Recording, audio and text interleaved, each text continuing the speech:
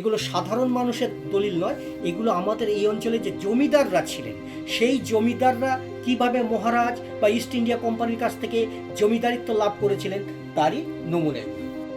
আমরা আজ এসে পড়েছি দত্তপুকুর, উত্তর চব্বিশ পরগনার দত্তপুকুরের এক খাজানা দেখতে। হয়তো নাম দেওয়া হয়েছে সংগ্রহশালা, তবে আমাদের কাছে খাজানা কি আছে সেটাই দেখাবো। মানুষের নেশা কতই না অদ্ভুত হয়। কেউ সংগ্রহ করে পুরনো কয়েন, কেউ বা টিকিট। কিন্তু কোনো মানুষ যদি নিজের ঘরকেই আস্ত একটা গবেষণাগার বানিয়ে ফেলেন, যদি দিনের পর দিন সাইকেল চালিয়ে গ্রামে গ্রামে ঘুরে সংগ্রহ করেন বাংলার হারিয়ে যাওয়া ৩০০-৪০০ বছরের পুরনো ইতিহাস, আজ নববর্ষের দিনে আমরা আপনাদের নিয়ে যাব উত্তর চব্বিশ পরগনার দত্তপুকুর নিবাধুই চড়কপাড়ার বাসিন্দা পেশায় শিক্ষক অরুণ কুমার ঘোষের বাড়িতে।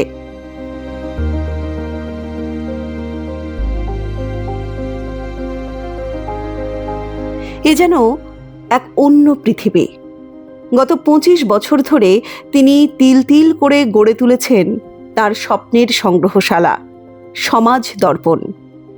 এখানে তালপাতায় কালি দিয়ে লেখা সেই সব অক্ষর যা আজও জ্বলজ্বল করছে। রাজা কৃষ্ণচন্দ্রের সই করা দানপত্র, জমিদারদের সঙ্গে সেই আমলের চুক্তিপত্র কি নেই এখানে? নপাড়ার ব্রাহ্মণ পণ্ডিতদের জন্য দেওয়া ৭৭ বিঘা জমি দানের সেই প্রাচীন দলিল আজও সংরক্ষিত অরুণবাবুর কাছেই। তথ্য সংগ্রহ করতে গিয়ে ৫ বছর কেটে গেছে একটা বাড়িতে একটা তথ্য, একটা দলিল, একটা দুষ্প্রাপ্য নথি আনতে। তাতে কিন্তু আমি হার মানি। সেই তথ্যগুলো আমি সংগ্রহ করেছি। আর যে দেখছেন যে তালপাতার পুঁথি বা রাজা কৃষ্ণচন্দ্রের হাতে লেখা দলিল ইত্যাদি ইত্যাদি, এগুলো মূলত আমি পেয়েছি ব্রাহ্মণ পরিবার থেকে। তবে তারা সহজে দেননি আমাকে। দিনের পর দিন, মাসের পর মাস, বছরের পর বছর ঘুরিয়ে আমাকে পরীক্ষা করে যে আমি এইসব নিয়ে করে খাবো কিনা, অর্থাৎ এ দিয়ে আমি ব্যবসা করবো কিনা, বা সঠিক আমি সংগ্রহ করতে যাচ্ছি, আমি কিছু করতে যাচ্ছি কিনা সঠিকভাবে, এইসব যাচাই বাছাই করে নিয়ে তবেই তারা আমাকে তাদের এই দুষ্প্রাপ্য জিনিসগুলো দিয়েছেন। অর্থমূল্য এদের মূল্য হয় না, কারণ সেই অর্থে ঐতিহাসিক মূল্য, প্রত্নতাত্ত্বিক মূল্য এদের কোটি কোটি টাকা, সে বলে কিন্তু শেষ করা যাবে না। ফলে আমি এগুলো কিন্তু সহজে জোগাড় করতে পারিনি। প্রচুর কাঠখড় আমাকে পোড়াতে হয়েছে, দিনের পর দিন, মাসের পর মাস, বছরের পর বছর। অরুণের সংগ্রহশালায় গেলেই দেখা মেলে এক বিস্তৃত অধ্যায়ের।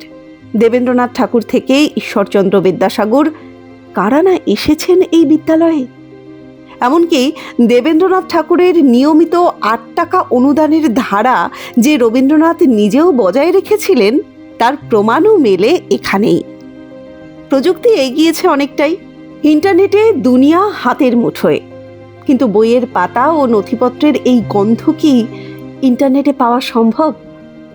উত্তর চব্বিশ পরগনার এই শিক্ষক তার ব্যক্তিগত প্রচেষ্টায় যে লড়াই চালিয়ে যাচ্ছেন তা বাংলার ইতিহাসের এক অমর দলিল। কিন্তু আগামী দিনে আমার পক্ষে সম্ভাবনা, বয়স হচ্ছে, শারীরিক মানসিক সব দিক থেকেই একটু আমি দুর্বল হয়ে পড়ছি। আগামী দিনে যদি আমি প্রত্যেকের কাছে আহ্বান জানিয়েছি যে বৃহত্তর কোনো গোষ্ঠী বা বৃহত্তর কোনো সংগঠন বা বৃহত্তর সরকারি কোনো প্রচেষ্টা যদি আসে, তাদের কাছে আমি নিঃশর্তভাবে সমস্ত দুষ্প্রাপ্য নথিপত্র, বইপত্র, সংগ্রহশালা যা আছে আমি দান করে দেব। কেন দান করব? যে আগামী দিনে আমি যেটা ২৫ বছর শ্রমসাধ্য, ২৫ বছর যে প্রচণ্ড পরিশ্রম করে যেগুলোকে তৈরি করেছি, সৃষ্টি করেছি, আগামী দিনে আগামী প্রজন্ম সেগুলো দেখুক, সেগুলো মূল্যায়ন করুক, তারা সেগুলোকে ব্যবহার করুক, তাদের সেগুলো কাজে আসুক, তারা তাদের অতীতটাকে জানুক। এটাই আমার লক্ষ্য, এটাই আমার উদ্দেশ্য, আর এটাই আমার চিন্তা ভাবনার মধ্যে এখনো। পেশায় শিক্ষক তিনি, মানুষ গড়ার কারিগর, কিন্তু তার মনে একটাই আক্ষেপ, দীর্ঘদিনের এই সংগ্রহ, ইতিহাসের এই অসামান্য দলিলগুলি কি সরকারি কোনো স্বীকৃতি পাবে?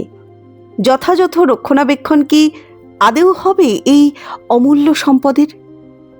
কেমন লাগলো এই ইতিহাস বা এই যে সংগ্রহশালা, কেমন লাগলো মতামত আপনারা দেবেন। তবে আমরা এমন খোঁজে কিন্তু আবারও পৌঁছে যাব কোনো না কোনো জায়গায়।